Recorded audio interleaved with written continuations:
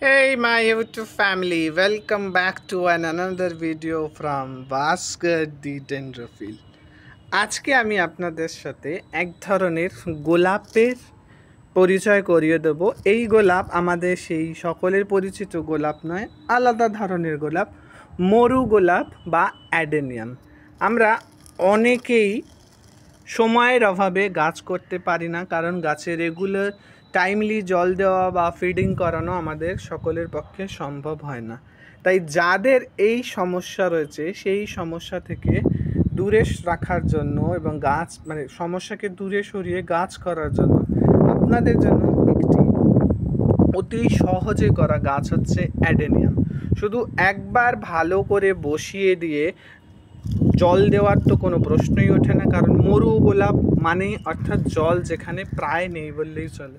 সপ্তাহে একদিন করে জল এবং খাবার দিলেই, একদিন বা মাসে একবার খাবার দিলেই আপনার গাছে এরকম ফুলে ভরে যাবে। আমার এটি আমি সিন্ডারে বসিয়েছিলাম, যেহেতু সিন্ডারে বসানো তাই জলটা একটু বেশি লাগে। ইন দ্য সেন্স, যদি আপনি মাটিতে বসান সেখানে যদি সপ্তাহে একদিন জল দিতে হয়, সিন্ডারে বসালে কিন্তু আপনাকে 2 থেকে 3 দিনের বেশি জল দিতে হবে। কিন্তু নির্ঝঞ্ঝাটে একবার গাছ আপনি শুধু বসিয়ে দিন, তারপরে এরকম গাছ ভর্তি ফুল আপনি পেয়ে যাবেন। দেখুন এই একটা ডালেই কতগুলো কড়ি এসেছে।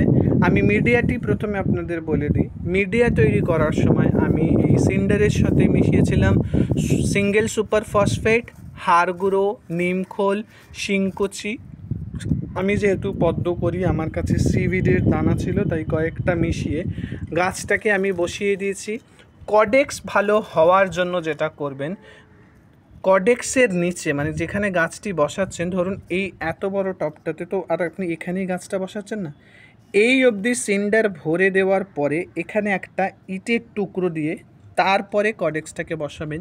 তাহলে কী হবে, কডেক্সটার বৃদ্ধি যেটা হবে সেটা ওপরের দিকে বৃদ্ধি হবে এবং সুন্দর শেপ নেবে। কডেক্স নিচের দিকে খুব একটা নামবে না।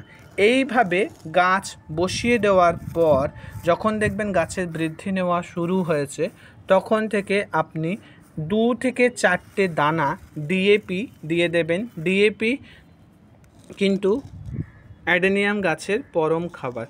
এরপর যখন দেখবেন যে কড়ি আসা শুরু হচ্ছে, বা দেখে বুঝতে পারবেন, যেরকম এই ডালটি খেয়াল করলে বুঝতে পারবেন যে এখান থেকে কড়ি আসবে, সেই সময় থেকে 0.050 1 গ্রাম 1 লিটার জলে গুলে সপ্তাহে একদিন ইউজ করবেন। এবং পোকামাকড়ের হাত থেকে বাঁচতে আমরা যেগুলো রেগুলার ব্যবহার করে থাকি, অর্থাৎ কাকা বা কনফিডার, মাসে 15 দিনে একবার, অর্থাৎ মাসে 2বার, কোনো এক 15 দিনের মাথায় আপনি যদি কাকা ইউজ করেন, পরের 15 দিনের অন্তর আপনি ইউজ করবেন কনফিডার। এইভাবে ঘুরিয়ে ফিরিয়ে খুব অল্প যত্নে আপনি কিন্তু এই মরু গোলাপ আপনার বাগানে ফুটিয়ে তুলতে পারবেন। এবং দেখুন একই ডালে কি সুন্দর করে কতগুলো কড়ি এসেছে। এই কড়ি থাকা অবস্থায় শুধুমাত্র 0.050 সপ্তাহে 1 গ্রাম 1 লিটার জলে গুলে দিয়ে দেবেন।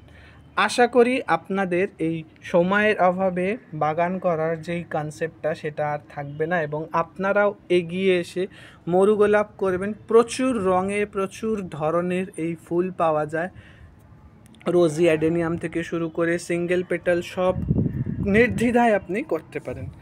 আশা করি আমার এই ছোট্ট ভিডিওটি আপনাদের ভালো লেগে থাকবে।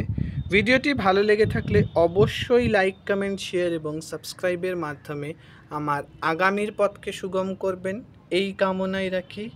ভালো থাকবেন, সুস্থ থাকবেন, সবুজের পাশে থাকবেন। ধন্যবাদ।